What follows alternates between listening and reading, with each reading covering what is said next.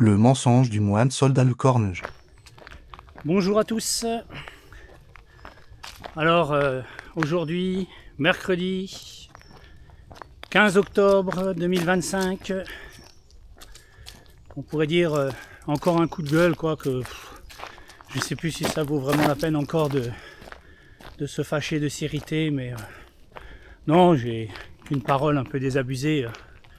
Chapeau bas, monsieur le Scornu, d'ailleurs chapeau bas, vous voyez. J'en ai oublié mon chapeau. Bon, bref.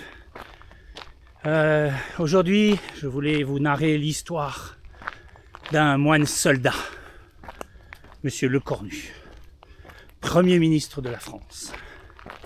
Alors bon, situation un peu étrange puisque, si je me rappelle bien ses propos, les siens, il y a un peu plus d'une semaine, c'est pas pour moi, je n'y retournerai pas, monsieur le Président. Je vous prépare un plan, mais ce sera sans moi. Difficile après de croire encore en la parole des hommes politiques. Eux qui disent quelque chose et qui font tout le contraire. Et ces personnages-là m'agacent. M'agacent profondément. Petit résumé, pour ceux qui auraient suivi plus ou moins, ou qui auraient raté quelques petits éléments, il faut dire il y a de quoi s'y perdre. Il y a de quoi ne plus rien comprendre. On va retourner bien en arrière. Il y a de ça un mois, même 5 semaines maintenant, je dirais, je ne sais plus exactement. C'est pas plus important que ça, puisque de toute façon c'est passé. Nous avons monsieur Macron qui nomme une nouvelle fois un Premier ministre. C'est vrai que il en a consommé quelques-uns. Et donc, comme on lui a suggéré de changer un peu de cap, de faire autrement, il choisit son plus fidèle compagnon, monsieur Le Cornu. Alors monsieur Le Cornu, pour rappel, c'est le seul gars qui, depuis l'élection de Macron, est toujours au pouvoir. Il a été ministre depuis le début, jusqu'à, de toute façon, aujourd'hui de nouveau. Voilà. Donc, son plus fidèle grognard, si on veut parler d'empire, puisque c'est vrai que quand on parle de Macron, on pourrait parler d'empereur aussi. Et moi, ça m'avait choqué à l'époque, et voilà, mais sans plus. Lors de la soirée de sa première élection, si vous vous rappelez bien, nous avons Macron Ier qui est arrivé et qui a déboulé aux Tuileries. Alors, les Tuileries, c'est déjà un bon symbole de royauté, de monarchie, voire de monarchie absolue, puisque Louis XIV, avant son château de Versailles, c'était donc quand même la demeure des rois, les Tuileries. Et qu'est-ce qu'il y a de nos jours là-bas? Pyramide. Et je me rappelle cette marche surréaliste que toutes les caméras du monde ont filmé de monsieur Macron déambulant sur le parvis, passant devant cette pyramide. C'était pour nous expliquer que Macron Ier, digne successeur de Napoléon, et encore, quand je dis digne successeur, Napoléon Ier a plus œuvré pour la France et pour les lois françaises, des lois qui existent encore de nos jours. Pour petit rappel, les départements ont été créés par Napoléon Ier. Bon bref, grandeur et stature de notre président de la République. La pyramide du Louvre. Voilà, petit aparté, on revient sur le sujet. Donc il désigne Le Cornu, qui a du temps pour prévoir un nouveau gouvernement. Et donc en bon soldat déjà, il met 3 semaines, presque un mois je crois, pour trouver son gouvernement. Alors il nous parle de rupture, de nouvelles méthodes, de faire différemment qu'avant, d'écouter les gens, enfin peut-être. Et à force de raconter, de recevoir les gens, de les écouter, on finit par y croire. Hein. On se dit allez, pourquoi pas. Résultat, le dimanche soir, il annonce son gouvernement. Dans son gouvernement, que des ministres qui ont déjà œuvré, que des ministres de Macron. Sur 12 postes, sur 18 postes, pardon, 12 sont reconduits. Et les 6 autres, c'est un petit jeu de chaise musicale. Et puis, surtout, fabuleux, le retour de notre ex-ministre des Finances, M. Bruno Le Maire, à qui l'on doit la terrible faillite de la France. Bon, c'était pas de sa faute, hein, il nous l'a dit, moi je pouvais pas savoir, c'est vrai. Qui d'autre, hein 1000 milliards de dettes, mais bon. Et pour que ce soit intéressant, on le met sur un poste qui pourrait être stratégique actuellement, hein, puisque on parle beaucoup de guerre future, de renforcer l'armée française. Il faut quand même savoir que la France est un des pays au monde, je crois le 3e plus grand pays au monde, peut-être le 4e, on n'a pas compté la Chine, mais un des très grands pays, a dépensé le plus d'argent militairement parlant. Bon, enfin bon, voilà, ça c'est petit aparté. Hein. Donc on le nomme ministre des Armées. Dimanche soir. Hein. Lundi matin, après avoir passé une bonne nuit de sommeil, je suppose, Monsieur Lecornu, avant même d'avoir pris ses fonctions, lui et tout son gouvernement, dépose sa démission. Et la démission de son gouvernement. Monsieur Macron en prend note et le renomme Premier ministre.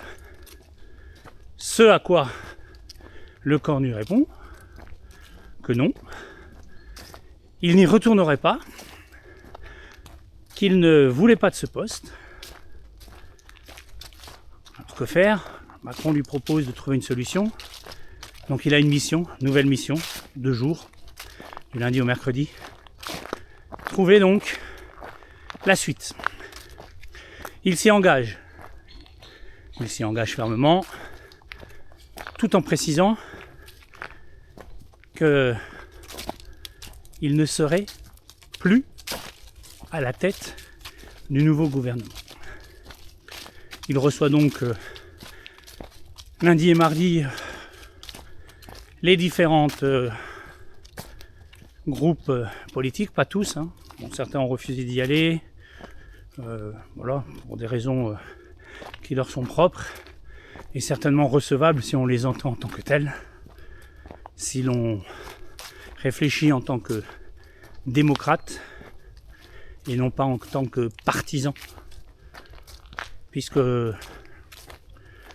même si mes choix politiques ne sont pas ceux des extrêmes, il faut bien avouer que c'est quand même les extrêmes qui avaient dominé les dernières élections, mais de ça on a fait table rase. Donc, on arrive mercredi soir, et Monsieur Lecornu s'exprime hein, à la télé, explique aux Français tout un tas de choses, explique qu'il faut vraiment se sortir de l'impasse, trouver un budget, faire avancer à nouveau la France. Lui qui était un mois au gouvernement, sans gouvernement, hein, mais bon, voilà. Il y a urgence, oui, ça c'est clair, il y a urgence, mais ça fait longtemps qu'il y a urgence. Et donc,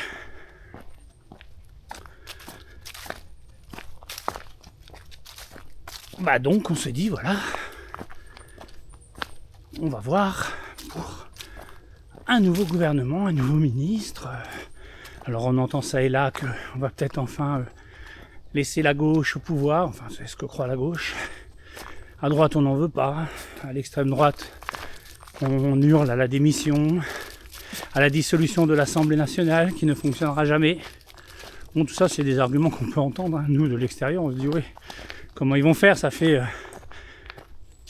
tant de mois qu'ils ne s'entendent pas. C'est pas aujourd'hui qu'on va trouver la solution. Surtout qu'on ne va pas vers l'apaisement.